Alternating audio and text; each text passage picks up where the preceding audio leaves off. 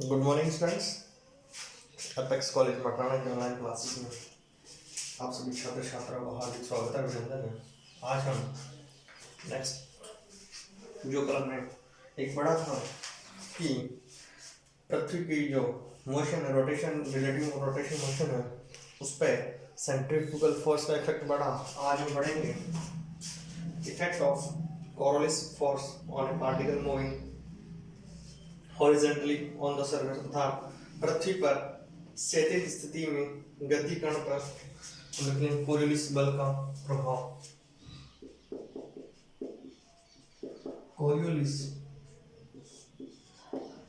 बल का प्रभाव,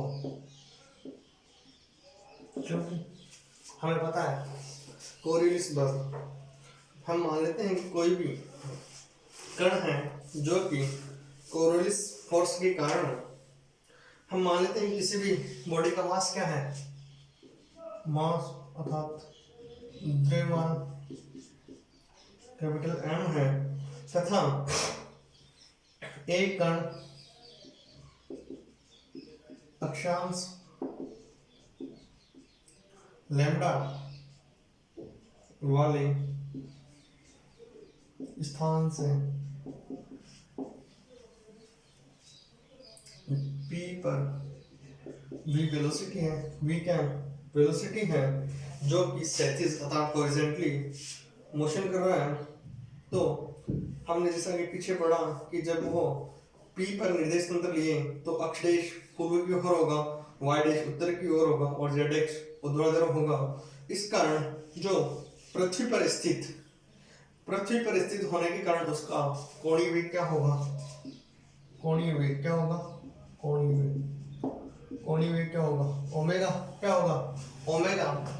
तथा इस प्रकार हम मानते हैं कि यदि वह कोणीय वेग से रोटेट हो रहा है तो हमने जैसे पिछले लिखा था omega vector equal to J cap dash omega cos lambda plus K dash cap omega sine lambda. हमने पिछली क्लास में लिखा था यही कि omega vector equal to z dash omega cos lambda plus k dash omega sin lambda. तो यदि हम कण का वेग लिखना चाहें, क्या कण का वेग v इक्वल टू क्या होगा, v dash vector equal to क्या होगा, ये होगा i dash vx plus z dash v dash y। ठीक है, हमें पता है कोरियोलिस बल क्या होता है, Fc या Fc कह सकते हैं, कोरियोलिस फोर्स एक्सेलरेशन। जो भी कोरियोलिस त्वरण होता है उसको हम इस प्रकार लिखेंगे कि वो क्या होता है -2 into omega vector into V vector. ये क्या होता है कोरियोलिस एक्सेलरेशन।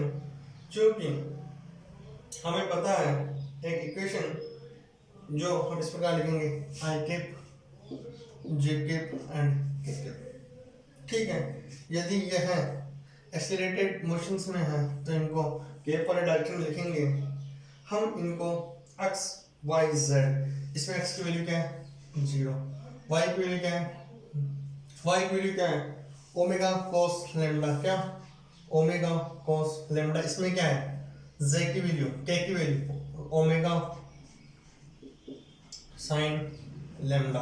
क्या हो गए i z एंड k।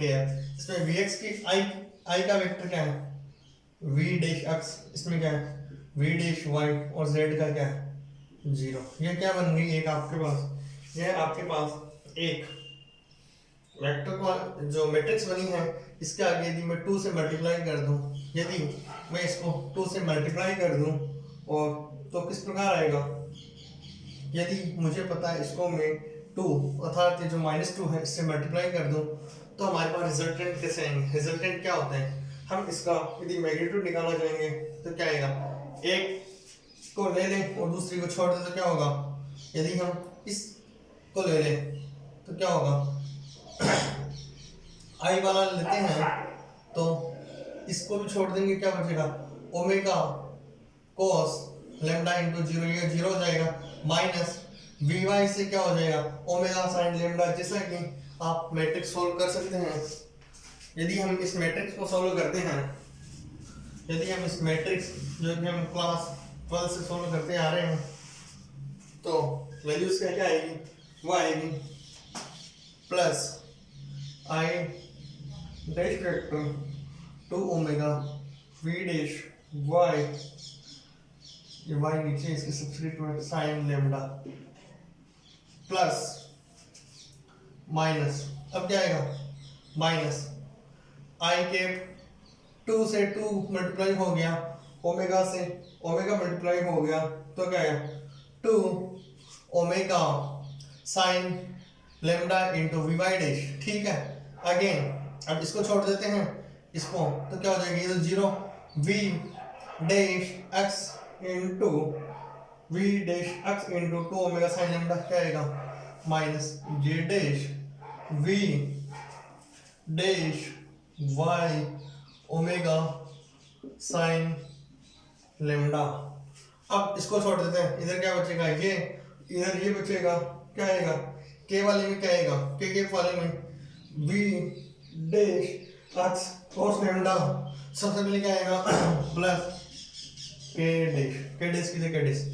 अब इसको ले लिया तो इन दोनों को छोड़ दें, क्या बचेगा, ये इसके साथ मल्टीप्लाई होगा, क्या हो जाएगा जीरो। अभी क्या बचेगा V dash X omega cos lambda into 2, आगे साइन माइनस है, पहले भी माइनस था, तो क्या हो जाएगा 2, क्या 2 हर जगह आ रहा है 2, यहाँ पर भी 2 आएगा, क्या बचेगा 2 वी डैश एक्स। सबसे पहले क्या लिखेंगे V dash X, V dash X omega cos lambda, omega cos of lambda.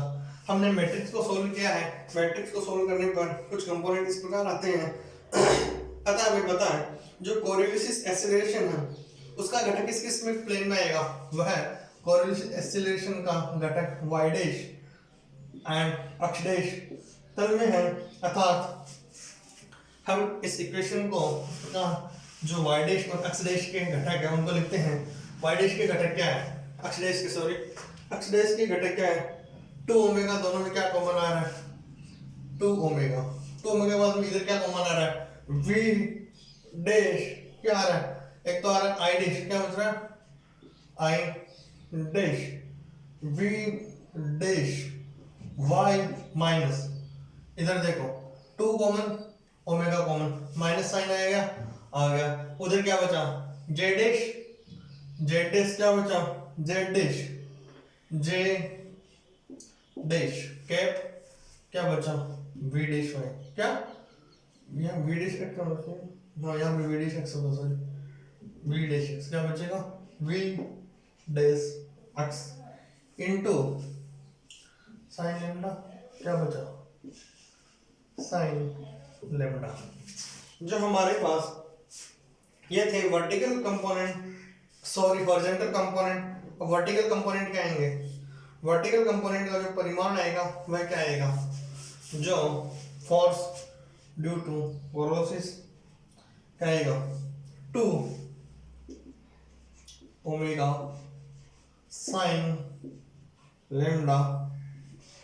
इसकी जो भी हम रिजल्टेंट निकालते हैं कैसे निकालते हैं, इसका स्क्वायर करेंगे तो ये दोनों तो बाहर आ जाएंगे, क्या बचेगा v dash x plus v dash y, दोनों क्या आ जाएंगे स्क्वायर आ जाएंगे, x वाले y आ जाएंगे। यदि हम रिजल्टेंट निकालना चाहें तो कुछ वैल्यू इस प्रकार से आएगी तथा यह उत्तरी गोलार्ध में कोरिलेसिस बल का क्या है हॉरिजॉन्टल कंपोनेंट। ये क्या है कोरिलेसिस फोर्स का हॉरिजॉन्टल डायरेक्शन में कंपोनेंट है, तो उसका वर्टिकल कंपोनेंट क्या होगा 2 ओमेगा vx cos लेमडा। यदि हॉरिजॉन्टल कंपोनेंट, अब बचेगा वर्टिकल कंपोनेंट। ये कौन सा कंपोनेंट है, यदि हम लिखते हैं वर्टिकल कंपोनेंट तो क्या बचेगा 2 ओमेगा cos लेमडा, क्या बचेगा 2 omega cos lambda into V dash X. ठीक है, हमने हॉरिजॉन्टल कंपोनेंट और वर्टिकल दोनों कंपोनेंट निकाल लिए। तो इस प्रकार हम कह सकते हैं पृथ्वी के दोनों गोलार्धों में कोरोलिसिस बल का ऊर्ध्वाधर घटक सदैव उदग्र लगता है तथा कोरोलिसिस प्रभाव के कारण पृथ्वी पर होने वाली प्राकृतिक घटनाएं जैसे चक्रवात, नदियों का कटाव आदि की भी हम कोरिलेट कर सकते हैं। हमारा अगला जो टॉपिक है यदि हम उसको पढ़ते हैं तो कुछ चीज़ें इस प्रकार से आती हैं। अगला जो है कि कोरोलिसिस का इफेक्ट है पृथ्वी की ओर गिरते हुए पिंड के कारण। पृथ्वी की ओर कोई पिंड गिर रहा है, उस पर कोरोलिसिस इफेक्ट एक कर लेते हैं। जैसा कि हमने पहले किया, हमने v इक्वल टू क्या होता है u plus G T, S equal to U T plus half A T square. यही दो इक्वेशंस हैं, इनको ध्यान में रखते हुए हम डेरिवेशंस करेंगे। हमारा टॉपिक है पृथ्वी पर ऊर्ध्वाधर नीचे की ओर गिरते हुए पिंड पर पृथ्वी पर ऊर्ध्वाधर नीचे की ओर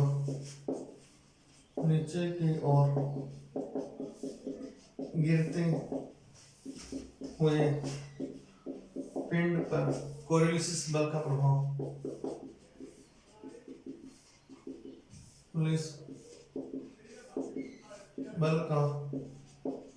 प्रभाव।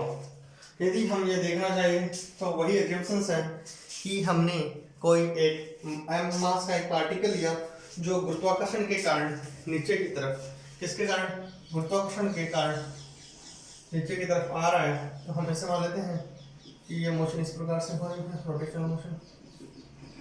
यदि यह ओमेगा वेलोसिटी इसकी एंगुलर वेलोसिटी है, इसकी जो इधर जो वेलोसिटी आएगी वो क्या आएगी, v वेलोसिटी तथा जो कोरोलिसिस एक्सेलरेशन क्या होता है -2 ओमेगा इंटू वी। ठीक है, हमें पता है कि यह h हाइट से आ रहा है। कितनी हाइट से, यदि ये हाइट h है, ये क्या हाइट h है, तो हमें पता है v इक्वल टू क्या होता है u plus A T. v equal to क्या होता है u प्लस ए टी, लेकिन यहाँ पर क्या होगा v डैश, क्या होगा v डैश इक्वल टू क्या होगा माइनस के जी टी क्या होगा minus K dash G T. v equal to क्या होता है u प्लस ए टी, तो हमने v equal to u plus A T लिख दिया। हमें पता है कि ओमेगा क्या होगा, यदि यह ओमेगा की वैल्यू हम लिखते हैं तो जो सिमिलर पहले लिखी थी वही लिखेंगे।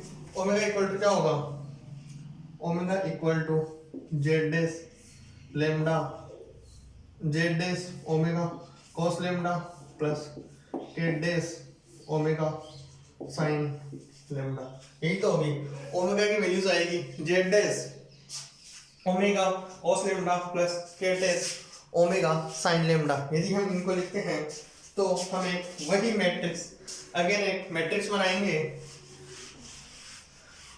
जिसमें आई जेड एंड के लिखेंगे। एफ सी इक्वल टू क्या होगा, एफ सी इक्वल टू होगा -2m into omega cross we. यदि हम मैट्रिक्स बनाना चाहें आई जे के में I dash Z dash and के डैश के, सबसे पहले देखो हम लिखते हैं ओमेगा की टर्म्स। सबसे पहले ओमेगा की टर्म्स लिखेंगे तो ओमेगा में क्या आएगा, यहाँ पे क्या आएगा जीरो, क्या आएगा जीरो। यहाँ पे क्या बचेगा ओमेगा कॉस लेम्डा, क्या बचेगा omega cos lambda omega sine lambda, यही बचेगा। यदि हम इधर देखें ऊपर वाले में क्या है zero zero and minus G T. यदि हम इस मैट्रिक्स को सॉल्व करना चाहेंगे, यदि हम इस मैट्रिक्स को, हमने किसकी वैल्यू निकाली ओमेगा क्रॉस वी की, किसकी ओमेगा क्रॉस वी की। यदि हम इसको लेते हैं तो इन दोनों को करेंगे तो क्या आएगा omega cos lambda into G T, इसमें माइनस में तो आएगा -2i, क्या आएगा -2i डैश, ये 2 बाहर लेते हैं -2i dash omega lambda into lambda into G T. ठीक है, कैसे?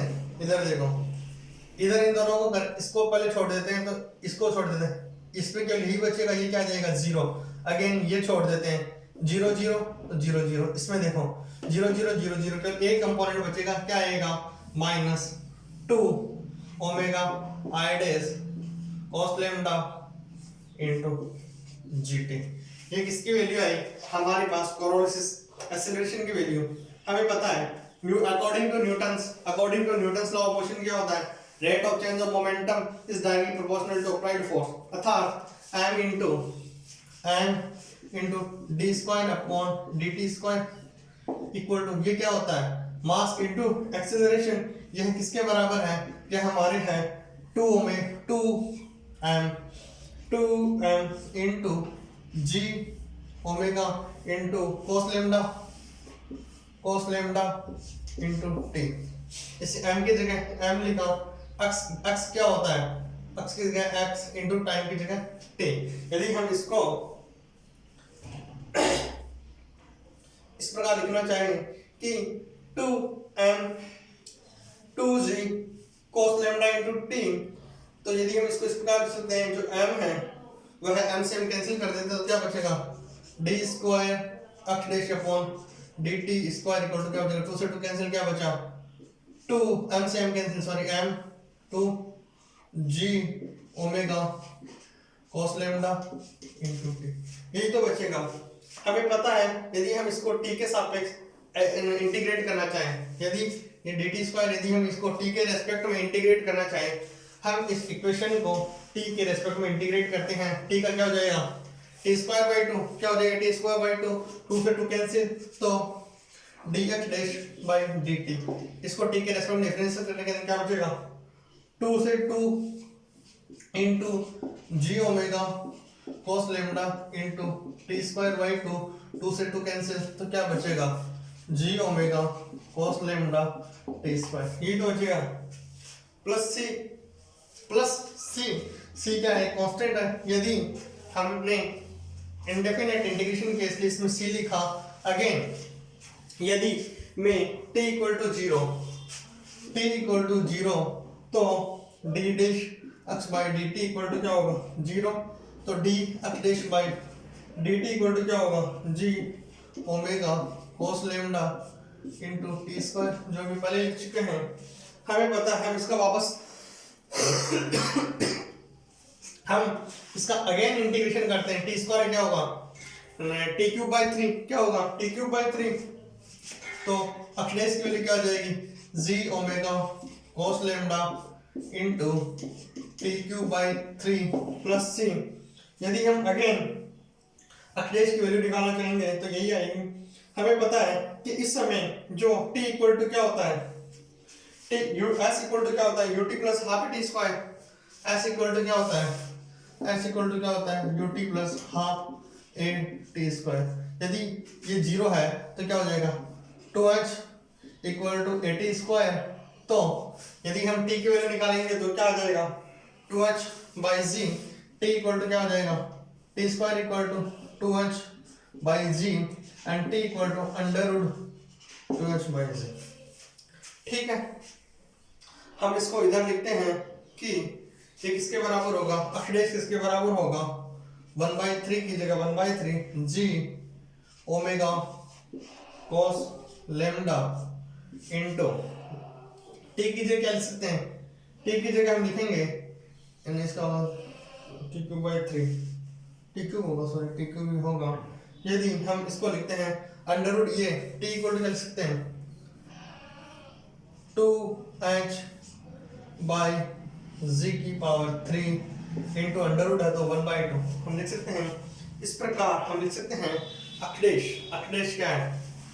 अखडेश की वैल्यू हमने यहाँ से लिखा है, हमने कुछ नहीं किया, न्यूटन्स लॉ ऑफ मोशन का यूज किया। अखडेश की वैल्यू क्या हो जाएगी? अखडेश equal to 1/3 g omega cos lambda into 2h by g की पावर 3/2। ठीक है, यदि हम इस प्रकार दक्षिणी गोलार्ध में x ऊंचाई से गिरता हुआ पिंड है तो विस्थापन पश्चिम दिशा की ओर हटता है। किस दिशा की ओर? पश्चिम दिशा की ओर। इस प्रकार हमारा ये फर्स्ट यूनिट कंप्लीट होता है। इसमें एक है कि effect of Coriolis force on pendulum. तो हम उसको सीधा सा जो कंपोनेंट लेनी है हमें, टी इक्वल टू क्या होता है? टी इक्वल टू क्या होता है? 2 पाई अपॉन कोस लेम। हमें पता है कि किसी भी पेंडुलम के लिए टी इक्वल टू क्या होता है? टी क्या है? Time period. टाइम पीरियड क्या होता है? 2 pi upon lambda cos T. Time period T equal to क्या होता है? 2 pi upon omega sine lambda. ठीक है, ओमेगा इक्वल टू क्या होता है? 2 पाई अपॉन 40 कर देंगे तो क्या आ जाएगा? रेडियन पर सेकंड। टी इक्वल टू क्या होता है? 24 घंटे अपॉन साइन लैम्डा। इस प्रकार हम जो डिग्री सेल्सियस में निकाल सकते हैं। हमारी फर्स्ट यूनिट कंप्लीट है। हम अगली यूनिट में जो नेक्स्ट क्लास में डिस्कस करेंगे, मैं आप सभी छात्र छात्राओं का एपेक्स कॉलेज मकराना परिवार की तरफ से बहुत बहुत आभार व्यक्त करता हूँ। Again thank you so much.